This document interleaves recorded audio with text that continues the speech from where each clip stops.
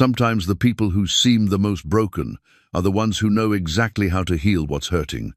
Life has a way of bringing the right person into your world just when you need them most.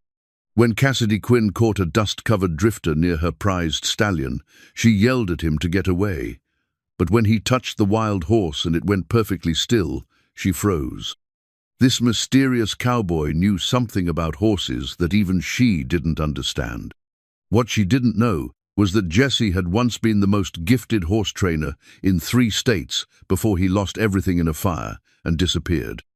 Now he was back, and he would change her ranch and her heart in ways she never expected. But what happened in Jesse's past that made him disappear from the world he once ruled?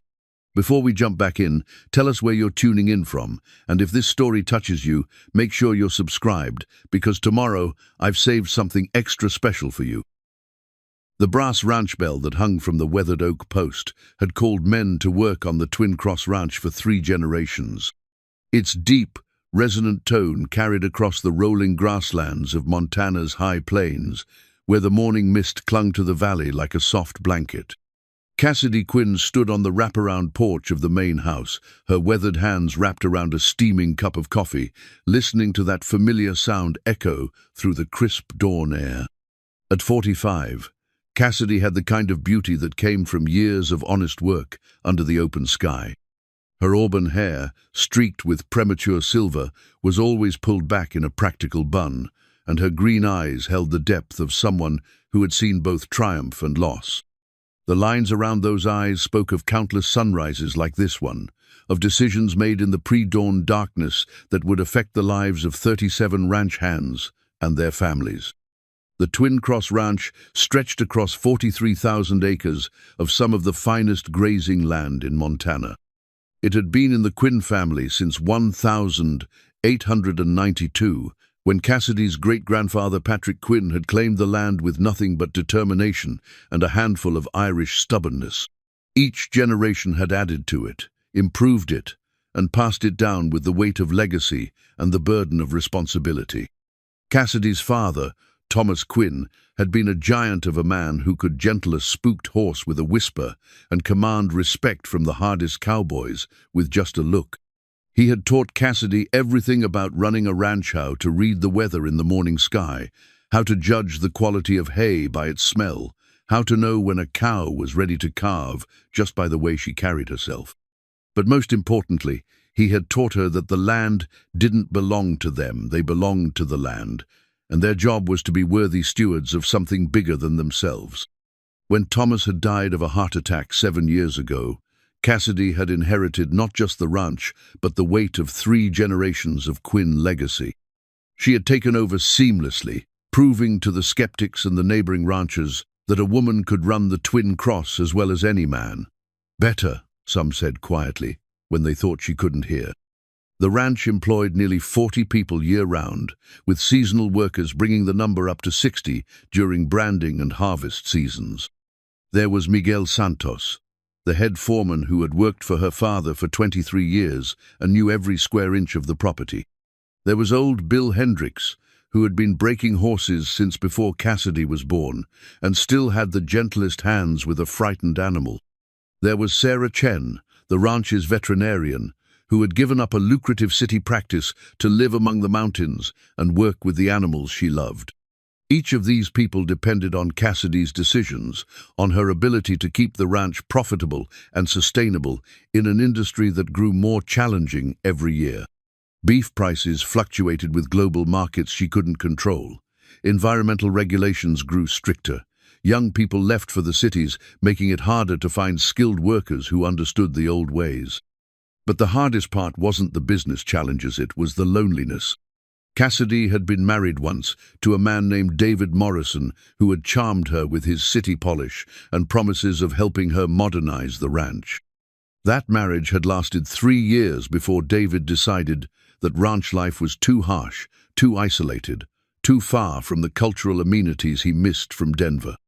He had left on a Thursday morning in October, taking half of their savings and leaving behind only a note explaining that he couldn't live in what he called the middle of nowhere.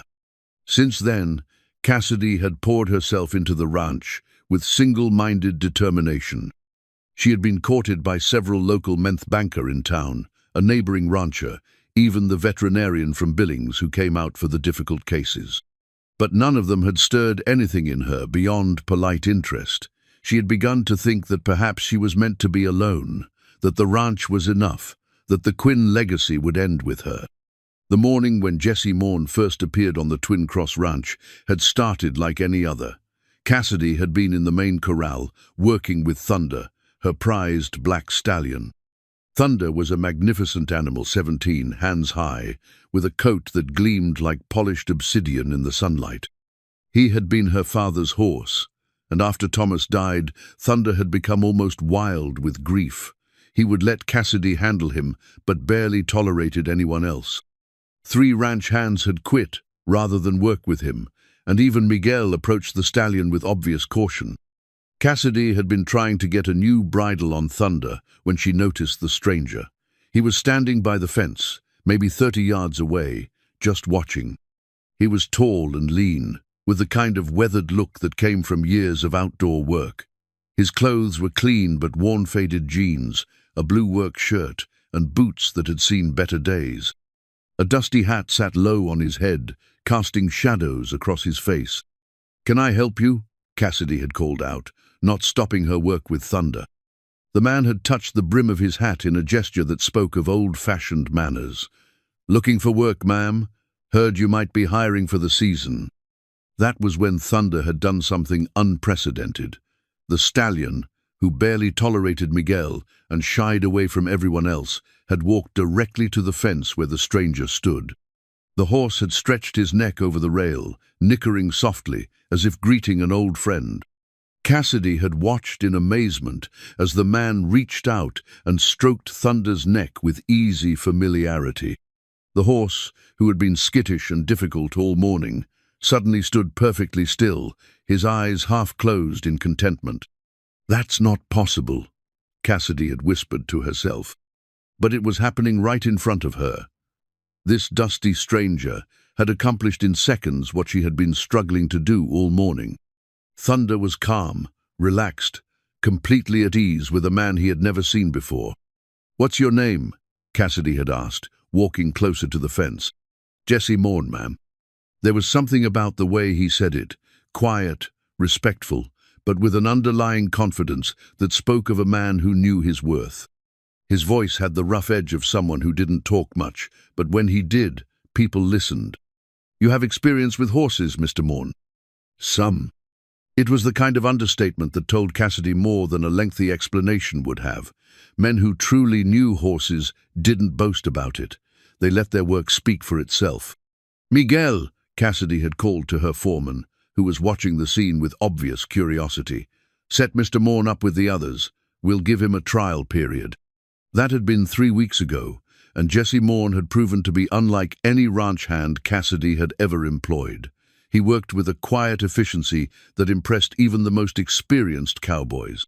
He was always the first to arrive in the morning and the last to leave at night. He never complained, never caused trouble, and had a way with the horses that bordered on the supernatural. But it was more than his skill that intrigued Cassidy. There was something about Jessie's sadness in his dark eyes, a carefulness in the way he moved, as if he was carrying some invisible weight. He was polite to everyone, helpful when needed, but he kept to himself. While the other ranch hands gathered around the bunkhouse in the evenings, sharing stories and playing cards, Jessie would sit alone on the porch, whittling small pieces of wood with a pocket knife. Cassidy found herself watching him more than she should. She told herself it was just curiosity, wondering about his background, his experience, why such a skilled horseman was drifting from ranch to ranch looking for work. But if she was honest with herself, it was more than that. There was something about Jessie Morn that stirred feelings she had thought were long buried. The brass bell rang again, calling her back to the present. Branding season was approaching, and there was work to be done. Cassidy finished her coffee and headed toward the corral, where she could already see Jessie working with a young mare that had been giving everyone trouble. As she watched him work, moving with the kind of quiet confidence that came from years of experience, Cassidy couldn't shake the feeling that Jessie Morn was more than he appeared to be. There was something in the way he handled the horses, something in the careful way he spoke, that suggested a man with a story to tell. She just hoped that when she finally heard that story, it wouldn't break her heart.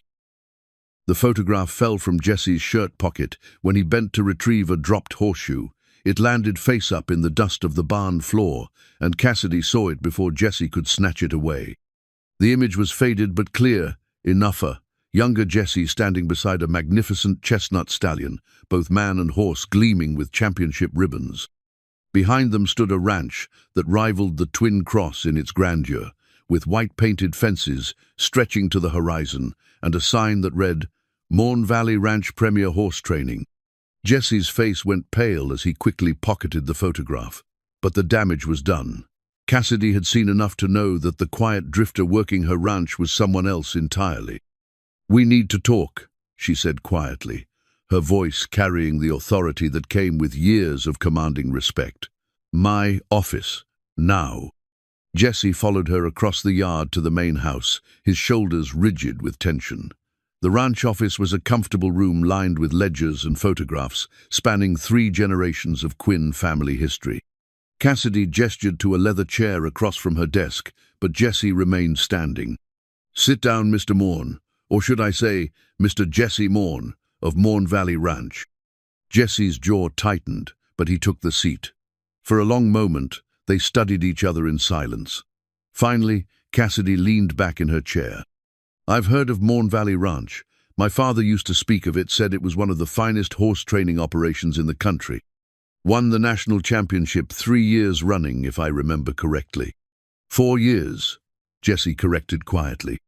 "So why is the owner of one of Montana's most prestigious horse ranches working as a hired hand on my property?" Jesse's hands rested on his knees, and Cassidy noticed the way his fingers trembled slightly, not from fear, but from something deeper. When he finally spoke, his voice was rough with emotion. "Because Morn Valley Ranch doesn't exist anymore, hasn't for 2 years now." The silence stretched between them, heavy with unspoken pain.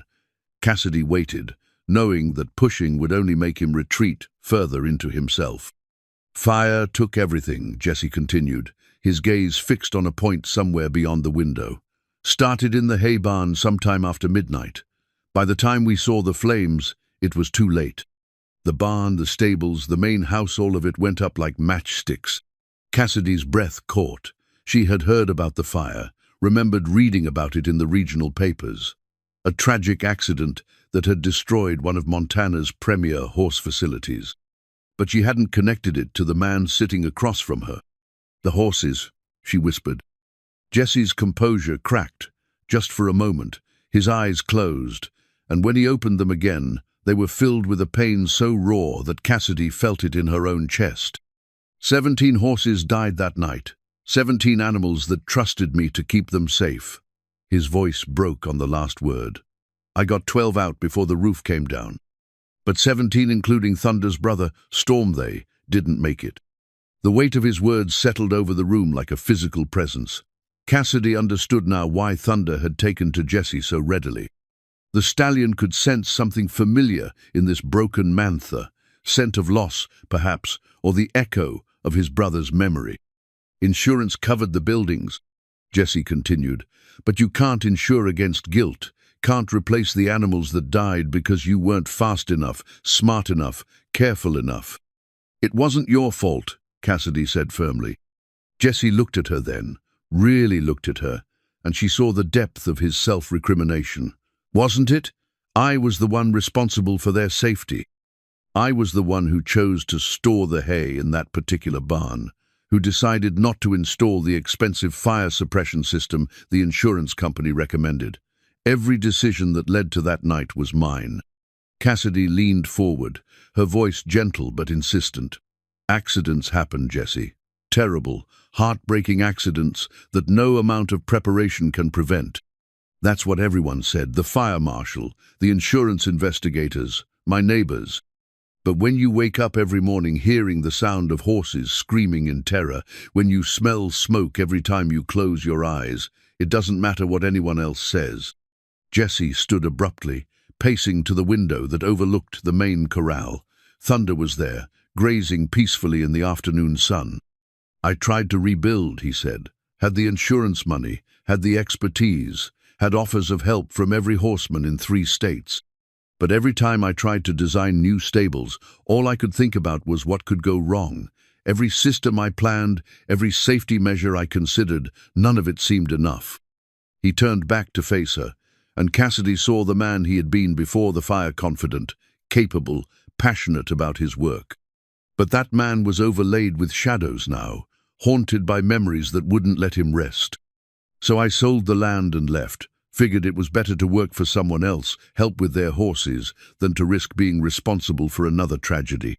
Cassidy absorbed this revelation, understanding now why Jesse had seemed so familiar with their operation, why he anticipated problems before they arose, why he moved through the ranch with the easy confidence of someone who had run his own spread.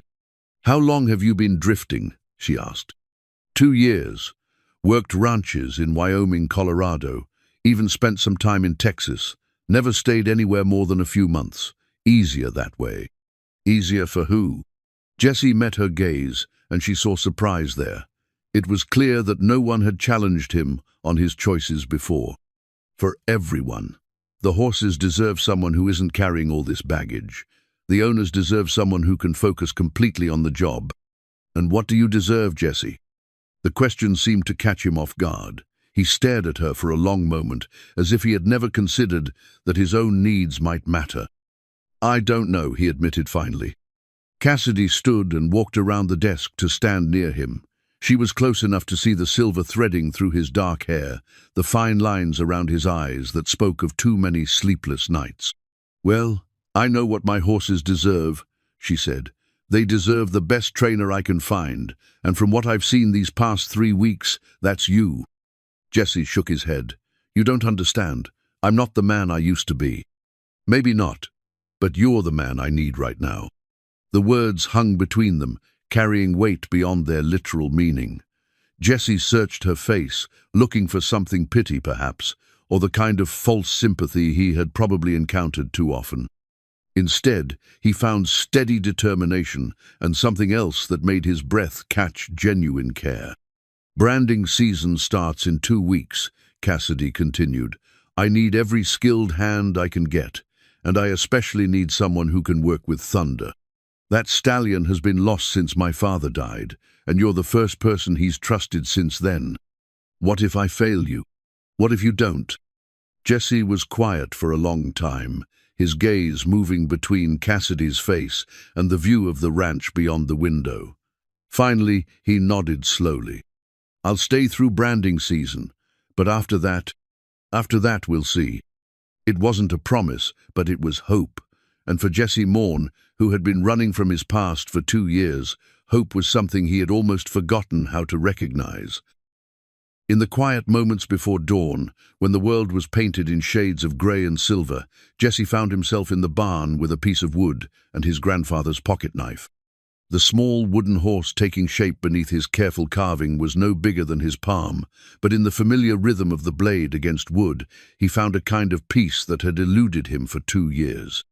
This morning, ritual had become his anchor. 30 minutes alone, with his thoughts and his hands, creating something beautiful from something ordinary. The carved horses were accumulating in his small room in the bunkhouse, a growing herd of miniature companions that would never know fear or pain. The first light of sunrise filtered through the barn windows as Jesse heard the brass bell's familiar call. He pocketed the unfinished carving and headed out to begin another day, but this morning felt different. There was a lightness in his step that hadn't been there before, a sense of purpose that went beyond simply completing assigned tasks. 3 days had passed since his conversation with Cassidy in her office. 3 days since she had learned his true identity and chosen to keep him on anyway.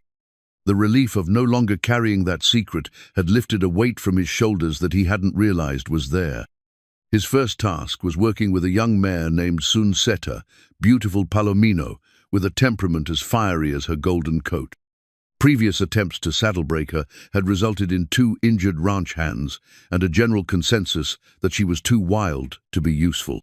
But Jesse saw something different in her eyes, not wildness, but intelligence mixed with fear.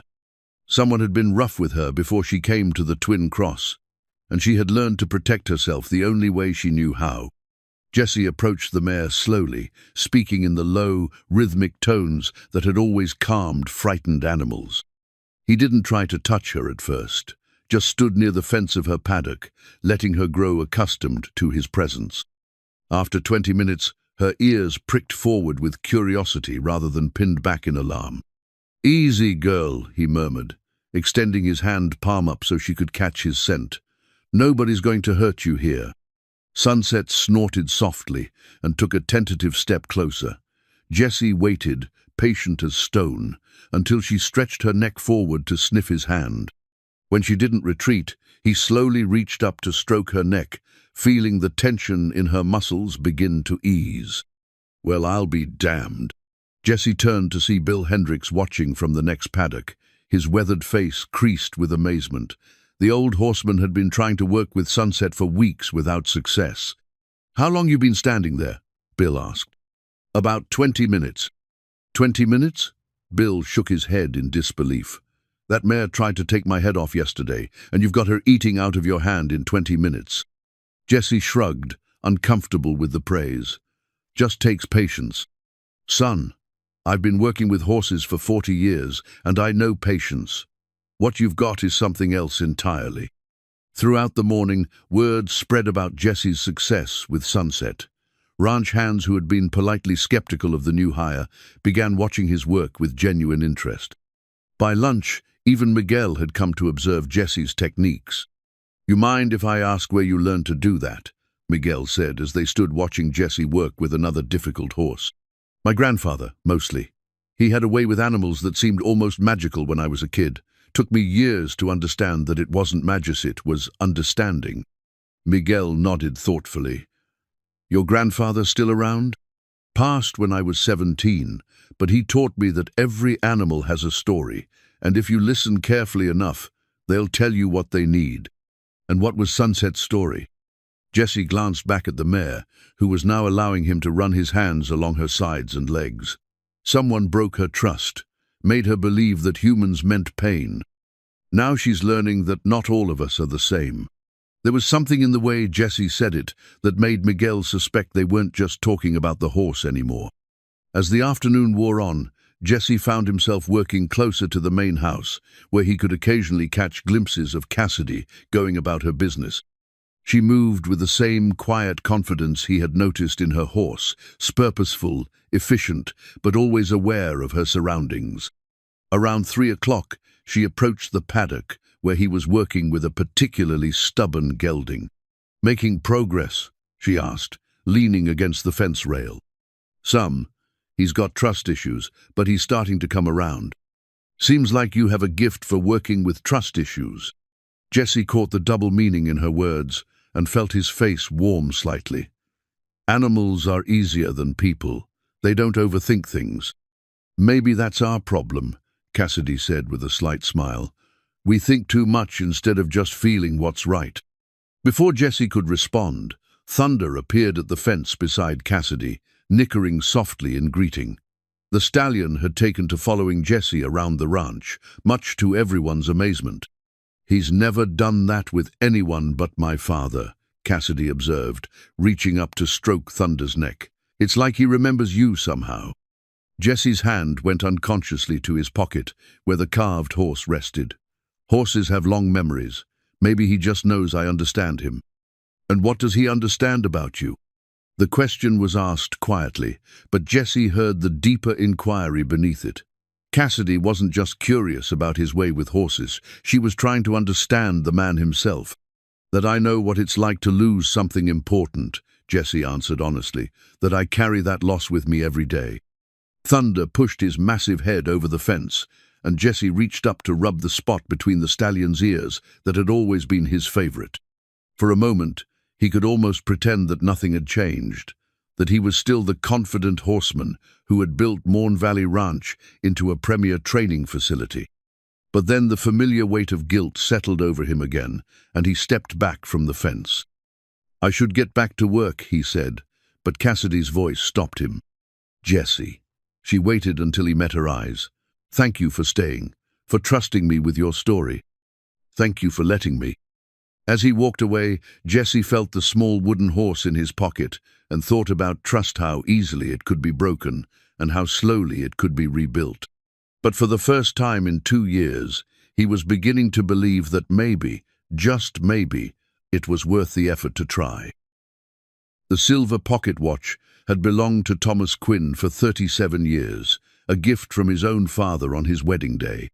Cassidy held it in her palm now, feeling the weight of 3 generations of Quinn men who had carried it before her. The inscription on the back read simply, "Time passes, but legacy endures." She had been thinking about legacy a lot lately, especially as she watched Jesse work with the horses. There was something about the way he moved through the ranch with respect for the land and the animals, with an understanding that went deeper than mere technique that reminded her of her father. Thomas Quinn had possessed that same quiet confidence, that same ability to see what an animal needed before it knew itself. The crisis came on a Tuesday morning when one of their most valuable mares, a champion cutting horse named Lady Blue, went into premature labor. Sarah Chen, the ranch veterinarian, was in Billings at a conference, and the nearest large animal vet was 3 hours away. Lady Blue was worth more than most people made in 5 years, but more than that, she was descended from the original Quinn bloodline that had built the ranch's reputation. Cassidy found Jesse in the barn, already preparing a stall with clean straw and sterilized equipment. His movements were calm and methodical, but she could see the tension in his shoulders. "Have you done this before?" she asked. "Many times. Lost count of how many foals I've helped deliver." He paused in his preparations. "But that was before." "Before the fire," Cassidy finished quietly. "Jesse, if you're not comfortable—" "I'm the best chance she has right now," he interrupted, then looked at her with eyes that held both fear and determination. "But I need you to understand something. If this goes wrong—" "It won't. If it does," Jesse continued firmly, "it won't be because I didn't try everything I could. Some things are beyond anyone's control." Cassidy heard the pain beneath his words, the memory of 17 horses he couldn't save. She stepped closer, close enough to see the silver threading through his dark hair, close enough to smell the scent of leather and hay that seemed to cling to him. "I trust you," she said simply. The words hit Jesse like a physical blow. Trust was something he had lost faith in, both giving it and receiving it. But as he looked into Cassidy's green eyes, he saw something he hadn't expected. Absolute confidence in his abilities, despite knowing about his failures. The next 6 hours tested every skill Jesse had learned in 20 years of working with horses. Lady Blue's labor was complicated, the foal positioned wrong, and twice Jesse thought he might lose them both. But his hands remembered what his mind had tried, to forget the delicate touch needed to guide new life into the world. The patience required to let nature take its course, while being ready to intervene when necessary. Cassidy stayed with him through it all, anticipating his needs, providing steady hands when he needed assistance, never questioning his decisions, even when the outcome remained uncertain.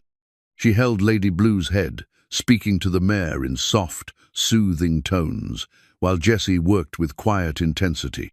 When the foal finally slipped into the world, a perfect chestnut filly with 4 white socks, Jesse sat back on his heels, exhausted but triumphant.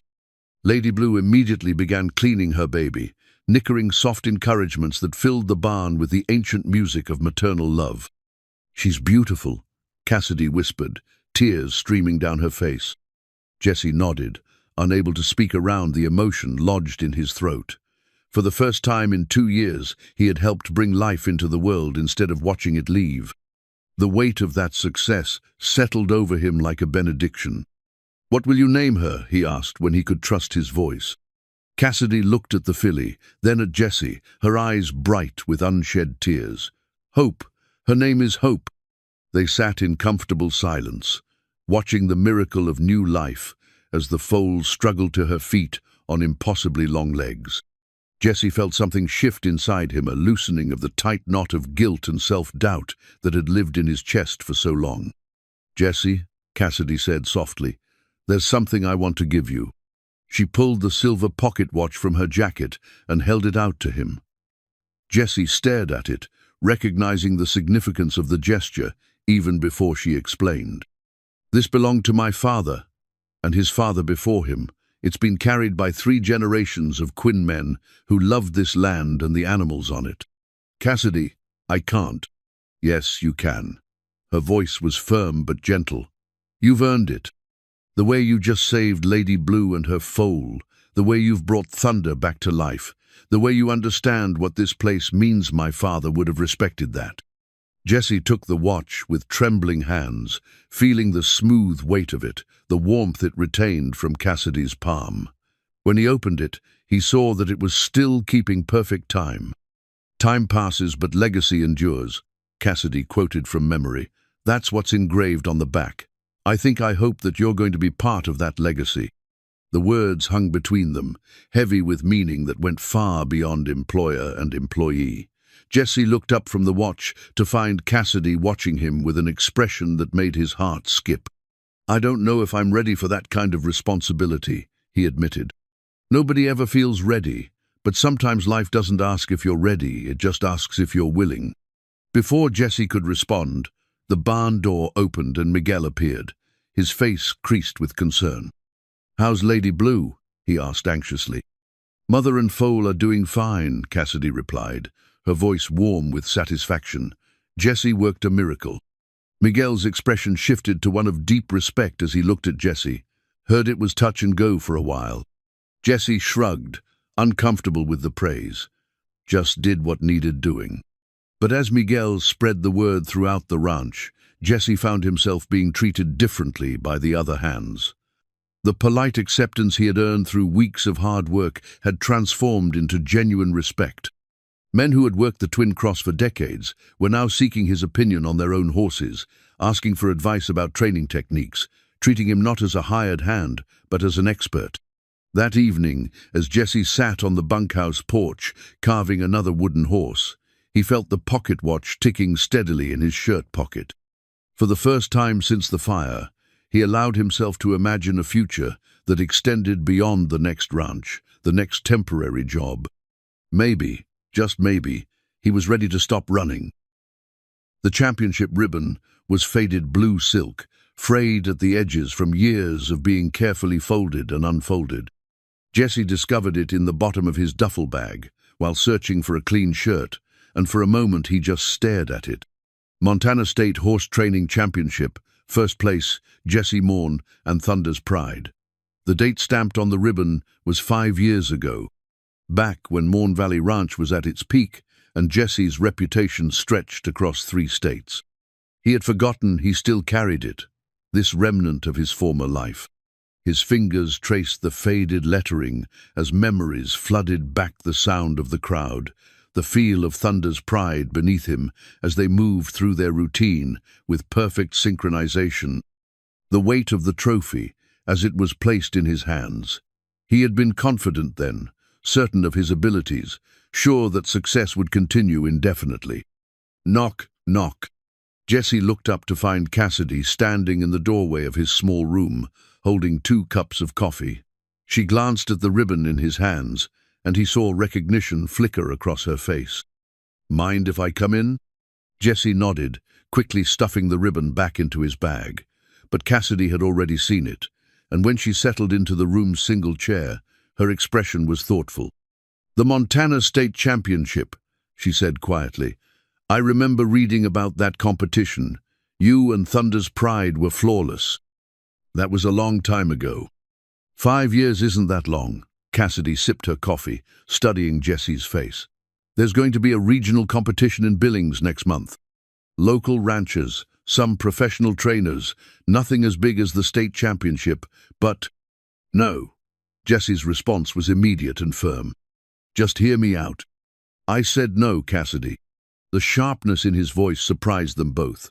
Jesse ran a hand through his hair, trying to calm the sudden spike of anxiety that had shot through him at the mention of competition. "I'm sorry," he said more quietly. "I didn't mean to snap at you, but I can't do that anymore." "Why not?" The simple question hung in the air between them. Jesse stood and walked to the small window that looked out over the main pasture, where Thunder was grazing in the afternoon sunlight. Because what if I fail? What if I get out there and freeze up, or make a mistake that costs someone their horse? What if? What if you don't? Jesse turned to look at her, this woman who seemed determined to push him beyond his comfort zone. It's not that simple, isn't it? Cassidy set down her coffee cup and leaned forward. Jesse, I've watched you work for weeks now. I've seen what you can do with horses that other people have given up on. You have a gift that shouldn't be wasted. I had a gift, Jesse corrected. Past tense. The fire changed everything.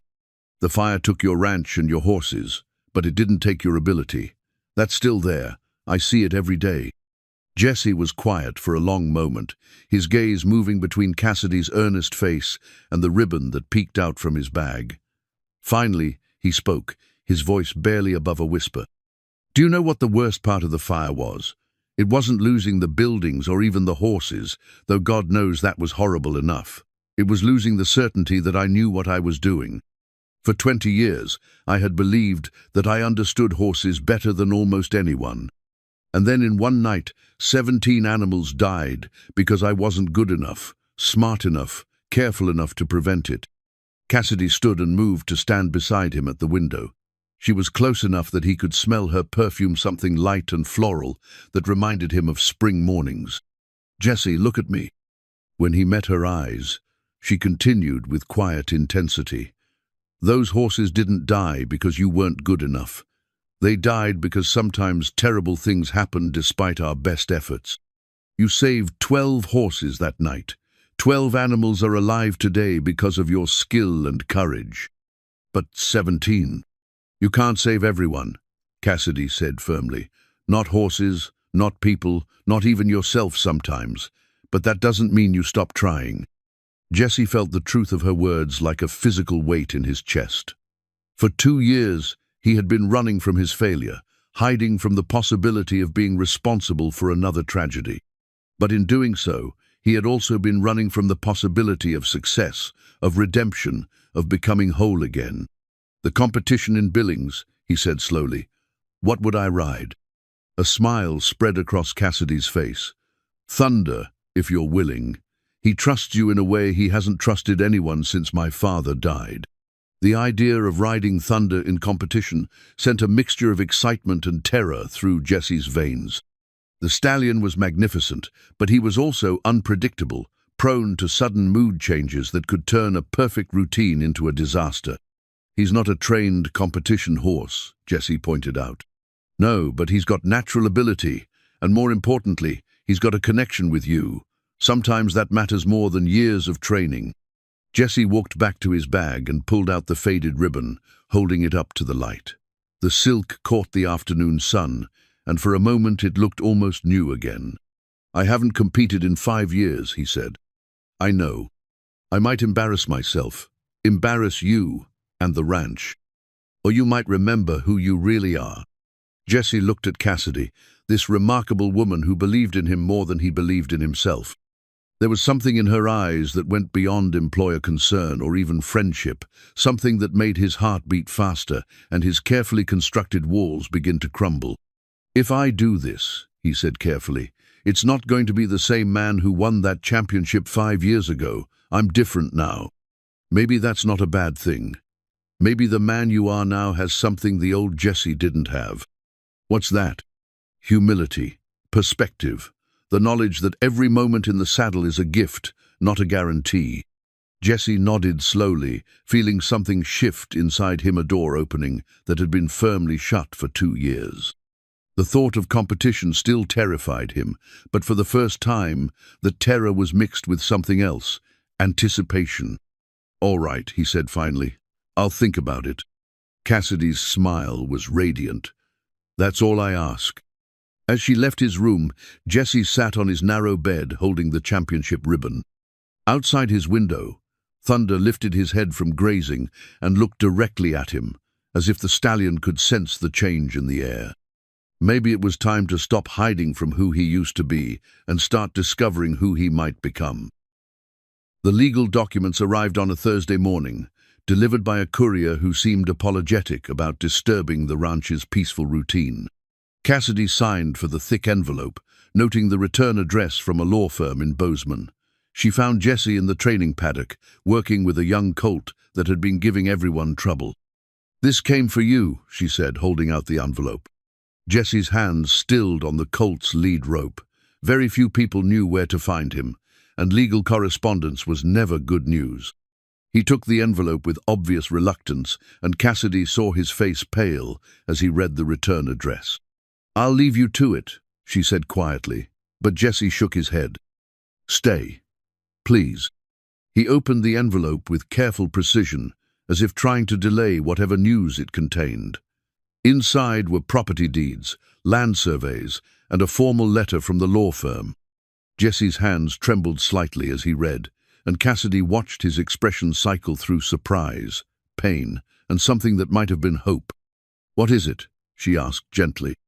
Jesse looked up from the papers, his dark eyes filled with an emotion she couldn't quite identify. "My ranch, the land where Morn Valley used to be, it's going up for sale." The words hung between them like a challenge. Cassidy felt her heart sink, though she tried to keep her expression neutral. This was what she had been afraid of, that Jesse would eventually want to return to his old life, leaving the Twin Cross and her behind. "The bank foreclosed 2 years ago, after the insurance settlement," Jesse continued, his voice steady but distant. "I knew it would happen eventually. I just didn't think—" He trailed off, staring at the deed as if it held secrets he had forgotten. "Are you going to buy it back?" Cassidy asked, surprised by how steady her own voice sounded. "I don't know. The letter says they're accepting sealed bids. It would take most of my savings, plus a substantial loan, but it's possible." Jesse folded the papers carefully and slipped them back into the envelope. The colt, sensing the tension, shifted restlessly at the end of his lead rope. "I need to think," Jesse said. "This changes everything." That evening, Cassidy found herself pacing her office, unable to concentrate on the ranch's financial reports. Through the window, she could see Jesse sitting on the bunkhouse porch, the legal envelope beside him on the wooden chair. He had been there for hours, motionless as a statue, staring out at the horizon where the mountains met the darkening sky. The thought of losing him created an ache in her chest that surprised her with its intensity. Over the past months, Jesse had become more than just an exceptional ranch hand. He had become the person she looked forward to seeing each morning, the one whose opinion she valued above all others, the man who made her feel things she had thought were safely buried with her failed marriage. But more than her own feelings, she understood what returning to his land might mean for Jesse. It could be his chance at redemption, his opportunity to face his demons and rebuild what the fire had taken from him. How could she stand in the way of that, even if it meant losing him? Around 9 o'clock, she made coffee and walked out to the bunkhouse. Jesse looked up as she approached, and she saw exhaustion in every line of his face. "Thought you might need this," she said, handing him a steaming mug. "Thanks." Jesse accepted the coffee gratefully, wrapping his hands around the warm ceramic. "I've been trying to figure out what I want, and I keep coming up empty." Cassidy settled into the chair beside him, careful not to disturb the legal papers. "What does your gut tell you?" Jesse was quiet for so long that Cassidy wondered if he was going to answer. When he finally spoke, his voice was barely above a whisper. "That I'm scared. Scared of going back, scared of staying, scared of making the wrong choice again. There's no shame in being scared. Some of the bravest people I know are the ones who do what needs doing despite being terrified." Jesse turned to look at her, his dark eyes searching her face in the porch light. "What would you do if you were me?" The question caught Cassidy off guard. She had been so focused on trying to appear supportive, on hiding her own feelings about the situation, that she hadn't prepared for direct honesty. "I would be terrified of losing what I had found here," she said finally. "But I would also know that some opportunities don't come twice. And if rebuilding meant leaving behind something so important." The weight of his words settled over them both. Cassidy felt her heart racing, understanding that they were no longer talking hypothetically. Then I suppose that someone would have to decide whether they were willing to take a chance on something uncertain. Jesse set down his coffee mug and turned to face her fully. In the soft light from the bunkhouse windows, she could see the conflict playing across his feature shope, warring with fear, desire battling with caution.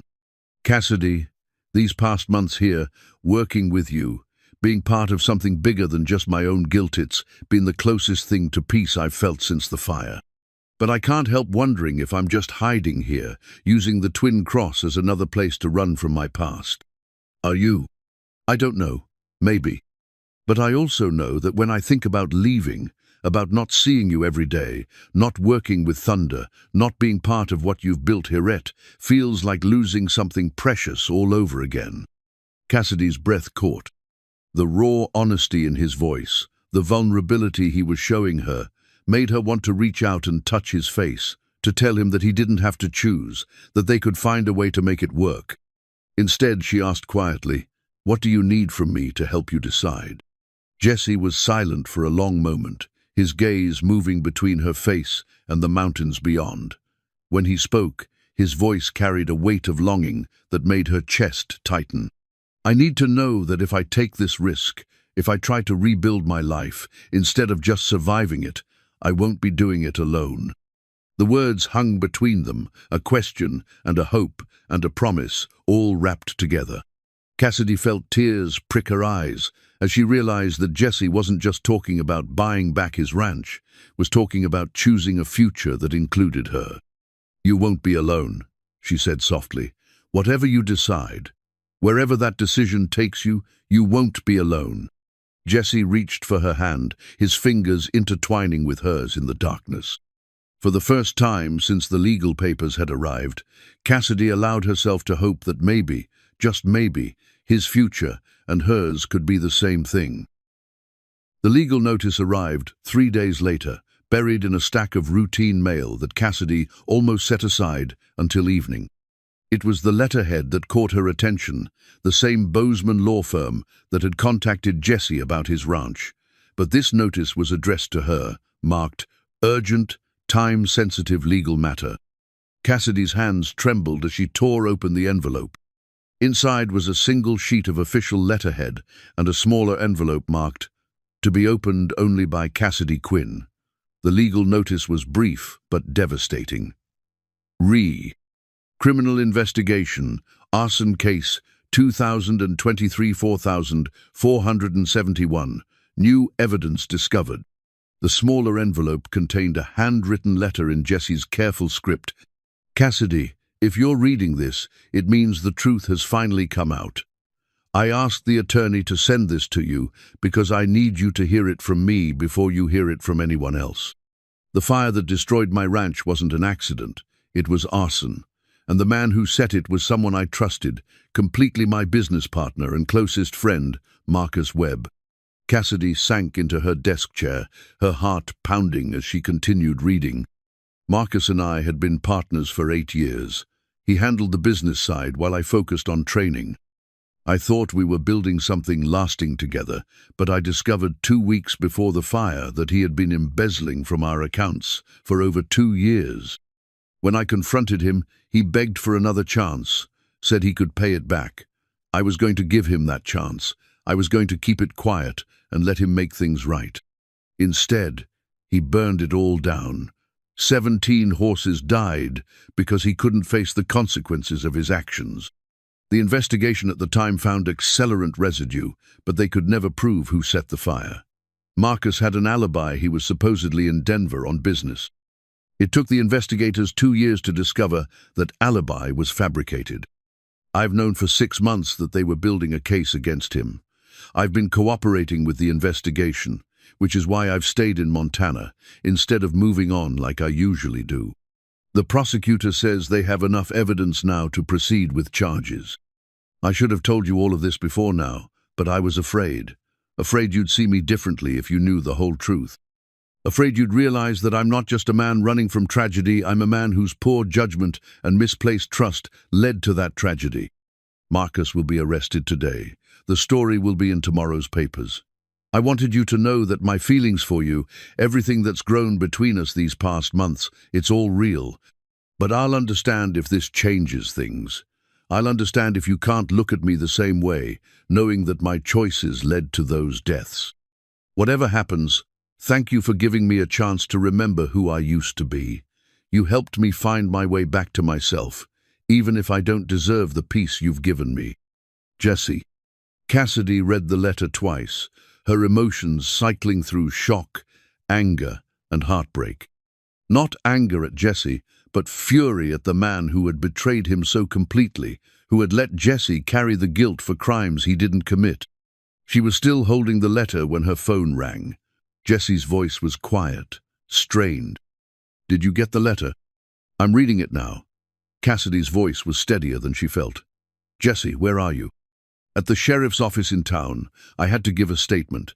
Marcus was arrested this morning in Billings." "Are you all right?" There was a long pause. "I don't know. For 2 years I've carried the weight of those deaths, believing it was my fault. And now to learn that it was Marcus all along, I don't know how to feel about that." "You should feel relieved. You should feel vindicated." "Should I? I'm the one who trusted him. I'm the one who let him have access to the ranch, to the insurance information, to everything he needed to cover his tracks. If I had been more careful, more suspicious—" "Stop." Cassidy's voice was sharp with emotion. "Jesse Morn, you listen to me. You are not responsible for the actions of a criminal. You are not responsible for trusting someone who manipulated and betrayed that trust. The only person responsible for those horses' deaths is Marcus Webb." She could hear Jesse's breathing on the other end of the line, ragged with suppressed emotion. "There's going to be a trial," he said finally. "I'll have to testify. The whole story will come out, the embezzlement, the confrontation, everything. It's going to be in the newspapers, probably on television. Everyone will know." "Good. Everyone should know the truth. Cassidy, this is going to reflect on the ranch, on you. People will talk. They'll say you harbored a man involved in a criminal case. Let them talk." Cassidy's voice was fierce with protective anger. "You were the victim, not the criminal, and anyone who suggests otherwise will have to deal with me." Another long silence. Then Jesse's voice, so quiet she almost missed it. "I was so afraid you'd blame me. The only thing I blame you for is not telling me sooner. You've been carrying this alone for months when you should have trusted me with the truth." "I know. I was a coward." "No, you were scared. There's a difference." Cassidy looked out her office window toward the bunkhouse, wishing Jesse was there so she could see his face. "When will you be home?" The word slipped out before she could stop it, but she didn't regret it, because that's what the Twin Cross had become for Jesse Home, and she was determined to help him see that. "They want me to stay in town tonight in case they need more information, but I'll be back tomorrow." "Jesse." Cassidy took a deep breath, knowing that what she said next would define their future. "This doesn't change anything between us. If anything, it makes me admire your strength even more. You survived an unimaginable betrayal and still found the courage to trust again, to open your heart again. That's not weakness, that's the strongest thing a person can do." When Jesse spoke again, his voice was thick with emotion. "I love you, Cassidy. I should have said it before, but I was afraid I didn't deserve to feel that way about someone like you." Tears ran down Cassidy's cheeks as she smiled. "I love you too, and you deserve every good thing this world has to offer, even knowing the whole truth, especially knowing the whole truth." After they hung up, Cassidy sat in her office as the sun set behind the mountains, thinking about truth and trust, and the courage it took to love someone completely. Jesse had been afraid that the revelation about Marcus would change how she saw him, but he was wrong. If anything, knowing the full extent of what he had survived only deepened her respect for the man he had become. Tomorrow, Jesse would come home to the Twin Cross. There would be difficult days ahead, a trial, media attention, the painful process of watching his betrayer face justice. But they would face it together, and in facing it, Jesse would finally be free of the guilt he had carried for 2 years. The brass ranch bell rang in the distance, calling the hands in for the evening. Cassidy smiled through her tears, thinking about how that bell had rung through joy and sorrow, triumph and tragedy, calling the faithful home to the place where they belonged. Tomorrow, it would ring for Jesse too. The handwritten letter lay on Jesse's small desk in the bunkhouse, 3 pages of careful script that had taken him 2 hours to write and rewrite. Outside his window, the first light of dawn was painting the mountains in shades of gold and rose. But Jesse had been awake all night, struggling to find the words that would express everything he felt, everything he hoped for, everything he feared. He had returned from town the previous evening to find the ranch buzzing with subdued activity. Word of Marcus Webb's arrest had already reached the Twin Cross, carried by Miguel, who had heard it from his cousin in the sheriff's department. The ranch hands had greeted Jesse with a mixture of sympathy and respect that had caught him off guard. These men and women who had worked alongside him for months now saw him not as a drifter running from his past, but as a victim of betrayal who had shown remarkable courage in rebuilding his life. But it was Cassidy's reaction that had shaken him most. When she had met him at the main house, she hadn't offered sympathy or pity. Instead, she had pulled him into her arms and held him with a fierce protectiveness that had nearly broken his carefully maintained composure. "You're home," she had whispered against his shoulder. "You're safe, and you're home." Now, as he read through the letter one final time, Jesse tried to capture on paper what those words had meant to him. How could he explain that for 2 years he had been a ghost, moving through life without truly living? How could he describe the way Cassidy had brought him back to himself, not through grand gestures, but through daily acts of faith, trusting him with her horses, her ranch, her heart? The letter began simply, "My dearest Cassidy," but from there, Jesse had poured out everything, his gratitude for her unwavering support, his amazement at finding love when he had thought himself incapable of feeling it again, his determination to build a future worthy of the faith she had shown in him. Most importantly, he had written about his decision regarding the ranch. After days of wrestling with the choice, the answer had become clear the moment he heard Cassidy say, "You're home." His future wasn't in reclaiming his past, it was in building something new with the woman who had saved him in every way that mattered. Jesse folded the letter carefully and slipped it into an envelope, with Cassidy's name written across the front. He would give it to her after the morning's work was done, after he had completed one final task that had been weighing on his mind since his conversation with the prosecutor. The regional horse competition in Billings was 3 weeks away, and Jesse had finally made his decision about entering. Not because he needed to prove himself to anyone else, but because he needed to prove to himself that he could face a crowd, perform under pressure, and trust in his abilities without the weight of guilt crushing him. The truth about Marcus had lifted that weight, but Jesse needed to test his newfound freedom. He had been working with Thunder every morning for the past week, refining the routine they would perform together. The Stallion seemed to sense the significance of these sessions, responding to Jesse's cues with an eagerness that reminded him of the partnership he had once shared with Thunder's pride. But this was different, deeper somehow, built not on ambition but on mutual healing. As Jesse walked toward the main corral, he found Cassidy already there, watching Thunder graze in the morning light. She turned at his approach, and he saw in her green eyes the same mixture of love and concern that had sustained him through the darkest moments of the past few days. "Couldn't sleep either?" she asked softly. "Too much thinking." Jesse joined her at the fence, close enough that their shoulders touched. "I've made some decisions." Cassidy waited, giving him space to find his words. It was one of the things he loved most about her ability to be present without being demanding, supportive without being overwhelming. "The ranch," Jesse began, "my old property. I'm not going to bid on it." He felt Cassidy's surprise in the subtle shift of her posture. "Are you sure? This might be your only chance to get it back." "I don't want it back. That place, those buildings, they're part of a life that's over. If I'm going to have a ranch again, I want to build it from scratch, somewhere that doesn't carry the weight of what I lost." Jesse turned to face her fully, his heart racing with the magnitude of what he was about to ask. "I was hoping if you'd be interested, we might build it together.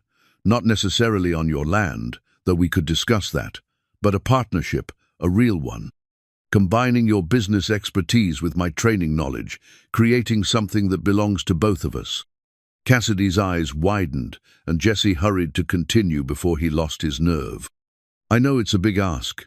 I know I don't have much to offer right now except experience and the promise to work harder than I've ever worked before. But Cassidy, these months here have shown me what's possible when two people trust each other completely. We work well together, we understand each other, and I hope we could build something extraordinary." "Jesse," Cassidy's voice was barely above a whisper, "are you asking me to be your business partner or something more?" "Both, if you'll have me." Jesse reached into his jacket and pulled out a small velvet box that had belonged to his grandmother. "I'm asking you to marry me, Cassidy Quinn. I'm asking you to take a chance on a broken-down cowboy who's finally learned the difference between running from his past and building toward his future." Cassidy stared at the box, tears streaming down her face. When she looked up at Jesse, her expression was radiant with joy. "Yes," she said simply, "yes to all of it." Jesse opened the box with trembling hands, revealing a simple gold band set with a single diamond that caught the morning light like a promise. As he slipped it onto Cassidy's finger, he felt the last of his walls crumble, replaced by something stronger and more lasting hope. They stood together in the morning light, holding each other as if they could stop time itself. Around them, the ranch was coming to life, horses nickering in the distance, the brass bell calling the hands to work, the familiar sounds of a place where life was lived fully and honestly. "There's one more thing," Jesse said, pulling back slightly to meet Cassidy's gaze. "The competition in Billings, I've decided to enter." Cassidy's smile was brilliant. "Thunder will be magnificent." "I hope so, but win or lose, it feels important to do it. To prove to myself that I can be that man again, the one who wasn't afraid to take risks, to put himself out there. You've already proven that by asking me to marry you." Jesse laughed, feeling lighter than he had in years. "Fair point." They walked back toward the house together, hands intertwined, talking about the future with the easy intimacy of two people who had found their way to each other through darkness and emerged into light. There would be challenges ahead: the trial, the media attention, the practical details of merging their lives and dreams. But for the first time since the fire, Jesse faced the future without fear. That evening, as they sat on the porch of the main house, watching the sunset paint the mountains in shades of purple and gold, Jesse pulled out the letter he had written. He handed it to Cassidy without explanation, watching her face as she read his attempt to capture in words what she meant to him. When she finished, Cassidy carefully folded the pages and looked at him with eyes that held the promise of forever. "You write beautifully," she said, "but you know what I love most about this letter?" "What's that?" "It's not a goodbye. For the first time, you're writing about staying." Jesse nodded, understanding the profound truth in her observation. He had spent 2 years writing mental goodbye letters to every place he worked, every person he met, always preparing for the next departure. This letter was different. It was a beginning, not an ending. "I'm done running," he said quietly. "This is where I belong, with you, on this land, building something that will last." As the stars emerged in the darkening sky, Jesse thought about the journey that had brought him to this moment. The fire that had destroyed his old life had also cleared the ground for something better. The betrayal that had shattered his trust had ultimately led him to a love deeper than anything he had ever known. Tomorrow would bring new challenges, but tonight, sitting beside the woman he loved in the place they would call home, Jesse Morn was exactly where he was meant to be. Sheriff Tom Bradley wore his badge with the quiet dignity of a man who had served his community for 23 years. He stood beside Jesse in the hallway outside the courthouse in Billings, the polished silver star on his chest, catching the fluorescent lights as they waited for the prosecutor to call them into the witness room. "You ready for this?" Sheriff Bradley asked, his weathered face creased with concern. Jesse nodded, though his hands trembled slightly as he straightened his tie. Cassidy had driven up with him that morning, and knowing she was sitting in the courtroom waiting for him gave him strength he didn't know he possessed. 2 years I've been waiting for this moment, Jesse said quietly. 2 years of carrying the guilt for what happened to those horses. I need to look Marcus in the eye and hear him admit what he did. The courthouse was packed with reporters, horse enthusiasts, and members of the local ranching community who had followed the case. Jesse had been amazed by the outpouring of support letters from fellow horsemen, calls from old clients, even a statement from the Montana Horse Breeders Association condemning Marcus's actions and expressing their faith in Jesse's integrity. When the bailiff called his name, Jesse walked into the courtroom with his shoulders straight and his head high. He saw Marcus immediately, sitting at the defendant's table in an expensive suit that couldn't hide the hollow look in his eyes. The man who had once been Jesse's closest friend looked older, grayer, diminished by the weight of his crimes. Marcus looked up as Jesse approached the witness stand, and for a moment their eyes met. Jesse saw no defiance there, no angeringly, a broken resignation that might have been regret. The prosecutor, a sharp-eyed woman named Linda Morrison, guided Jesse through his testimony with professional efficiency. He recounted the discovery of the embezzlement, the confrontation with Marcus, the promise to give him a chance to make things right. "Mr. Morn," Miss Morrison said, "in your own words, tell the court about the night of the fire." Jesse's voice was steady as he described that terrible night, the smell of smoke, the sound of terrified horses, the desperate race against time to save as many animals as possible. When he spoke about the 17 horses that died, his voice broke slightly, but he continued. "I blamed myself for 2 years, Jesse said, looking directly at the jury. I thought I had failed them, that I wasn't good enough, fast enough, careful enough to save them all. I carried that guilt every single day, believing that their deaths were my fault. And now that you know the truth about how the fire started..." Jesse turned to look at Marcus, who was staring down at his hands, unable to meet Jesse's gaze. "Now I know that those horses died because of one man's greed and cowardice. They died because Marcus Webb chose to destroy everything rather than face the consequences of his theft." The defense attorney's cross-examination was brief but pointed.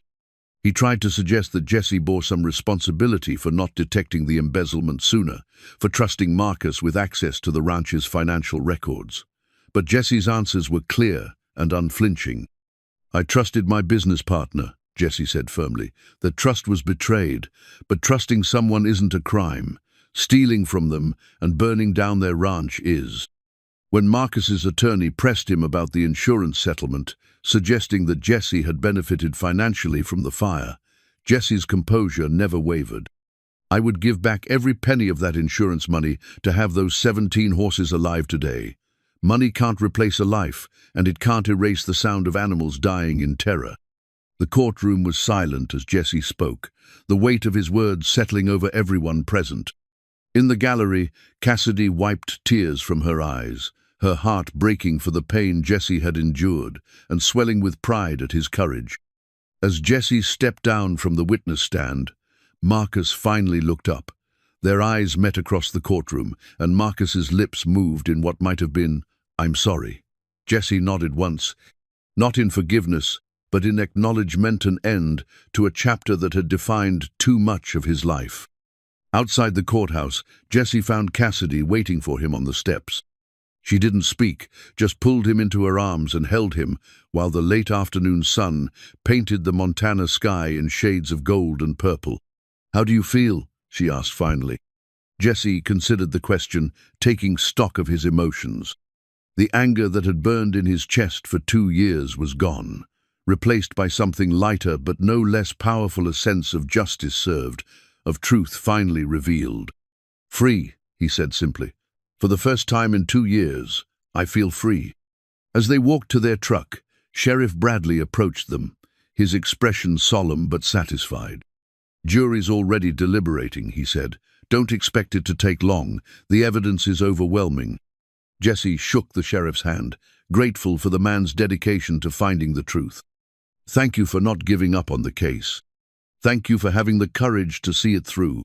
As they drove back toward the Twin Cross Ranch, Jesse watched the familiar landscape roll by and felt the last pieces of his broken life finally falling into place. The new ranch sign was beautiful, hand-painted by Cassidy herself in elegant script that read, "Quinn Morn Ranch, where trust is earned and legends are born." She had worked on it for weeks in secret, waiting for the right moment to reveal it. That moment came 3 days after the jury returned their verdict. Guilty on all counts. Marcus Webb would spend the next 15 years in prison, and Jesse Morn was finally completely free. Jesse stood beside Thunder in the main corral, adjusting the Stallion's tack for what would be their debut performance at the regional competition that afternoon. The months of preparation had led to this moment, not just the physical training, but the emotional journey that had brought him back to himself. "You nervous?" Cassidy asked, approaching with the new ranch sign propped against her shoulder. Jesse considered the question honestly. There were butterflies in his stomach, the familiar pre-competition jitters he remembered from his championship days. But underneath the nervous energy was something solid and unshakable confidence, born not of arrogance, but of hard-won self-knowledge. "A little," he admitted, "but it's good nervous, the kind that means you care about what you're doing." Cassidy leaned the sign against the fence and stepped closer to Jesse. In the morning light, her engagement ring caught the sun like a promise of all the bright tomorrows ahead of them. "I have something for you," she said, revealing the sign with a flourish. Jesse's breath caught as he read the inscription. Quinn Morn Ranch. Their names intertwined, their futures bound together in painted wood and shared dreams. How did you? "I've been working on it since the night you proposed. I wanted to have it ready for today, for your comeback."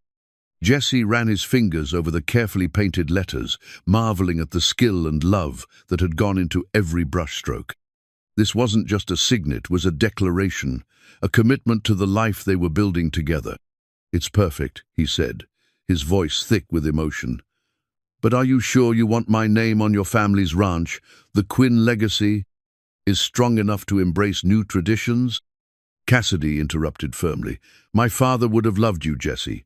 He would have seen what I see, man who understands that this land isn't something you own, it's something you serve."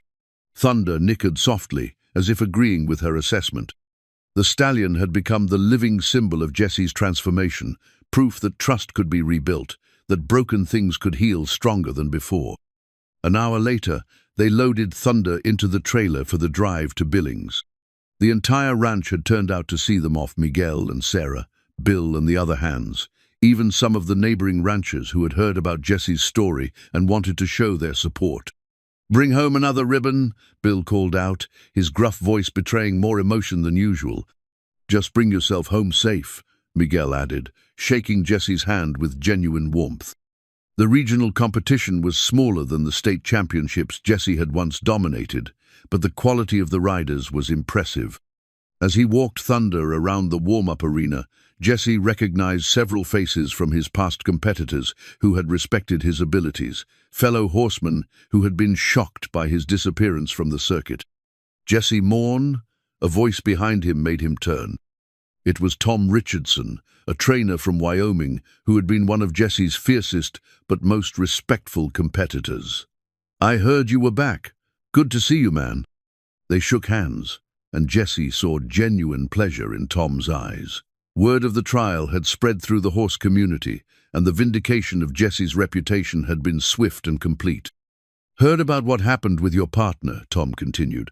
"I'm sorry you went through that, but I'm glad the truth came out. The sport needs good horsemen like you." As their number was called, Jesse led Thunder into the main arena. The crowd was smaller than what he was used to, but he could see Cassidy in the front row, her face glowing with pride and love.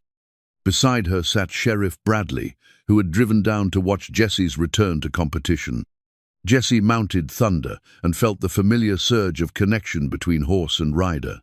They moved through their routine with fluid precision, a dance of trust and skill that spoke to years of shared understanding. Thunder responded to every subtle cue, every shift of weight, every whispered encouragement. As they completed their final sequence, the crowd erupted in applause. Jesse dismounted and looked up at Cassidy, who was on her feet cheering, tears streaming down her face. He had won more than a competition today. He had reclaimed his identity, his passion, his belief in himself. The blue ribbon was nice, but it wasn't why he had come. He had come to prove that Jesse Mournhorse, trainer, partner, fiancé, was back. Not the same man he had been before the fire, but someone better. Someone who had been tested by tragedy and emerged with a deeper understanding of what truly mattered. As he walked Thunder back to the trailer, the new ranch sign loaded safely in the truck bed, Jesse felt the last piece of his healing click into place. Tomorrow, they would hang that sign at the entrance to their shared home and begin the next chapter of their story together. The wedding ring had been worn by 3 generations of Quinn women before Cassidy slipped it onto her finger on a perfect October morning, 6 months after Jesse's return to competition. It was a simple band of white gold, engraved with tiny horseshoes and the words, "Love endures," in flowing script. Jesse's grandmother's engagement ring complemented it perfectly, and together they represented the joining of 2 histories, 2 families, 2 hearts that had found their way to each other through trials and triumph. The ceremony took place in the main pasture of what was now officially the Quinn Ranch, with the Montana mountains providing a cathedral more magnificent than any built by human hands. Thunder stood at the fence nearby, decorated with white ribbons and wildflowers, serving as both honored guest and living symbol of the journey that had brought them all together. Jesse stood at the makeshift Altara wooden arch that Bill Hendricks had crafted from oak trees grown on Quinn, land watching Cassidy walk toward him on her father's arm.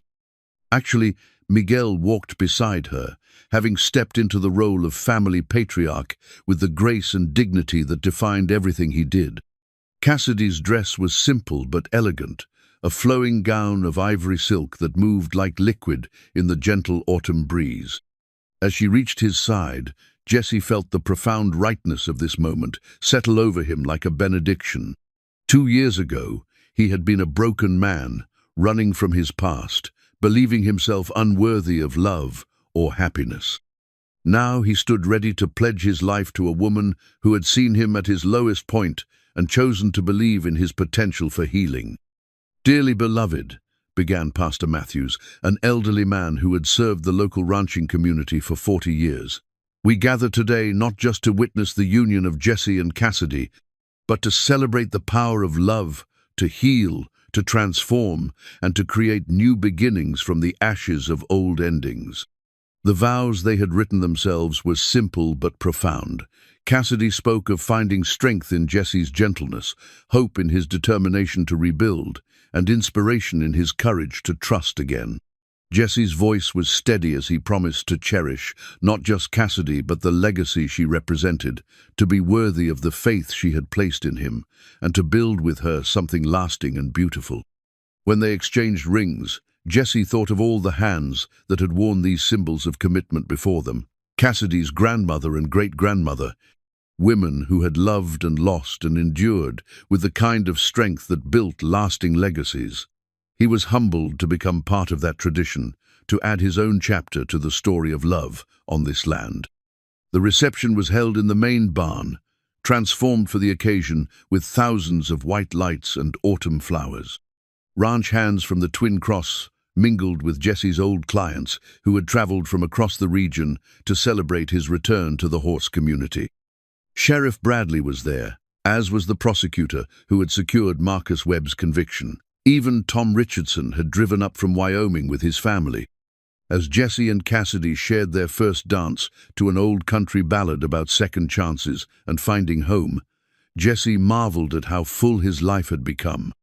The dance floor was surrounded by people who had become family, not just blood relations, but the chosen family of shared work and mutual respect that defined ranch life. "Happy?" Cassidy asked, as they swayed together in the soft light. "More than I thought possible," Jesse replied honestly. "A year ago, I couldn't have imagined this, any of this.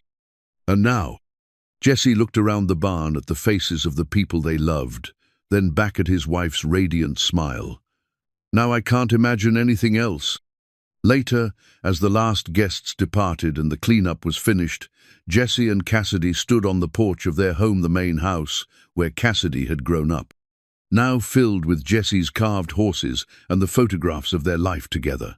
The brass ranch bell hung silent in the moonlight, its work done for another day. "I have something for you," Cassidy said, producing a small wrapped package. Inside was a pocket watchknot, her father's, which Jesse still carried, but a new one engraved with their wedding date and the words, "Quinn Morn Ranch, where love endures."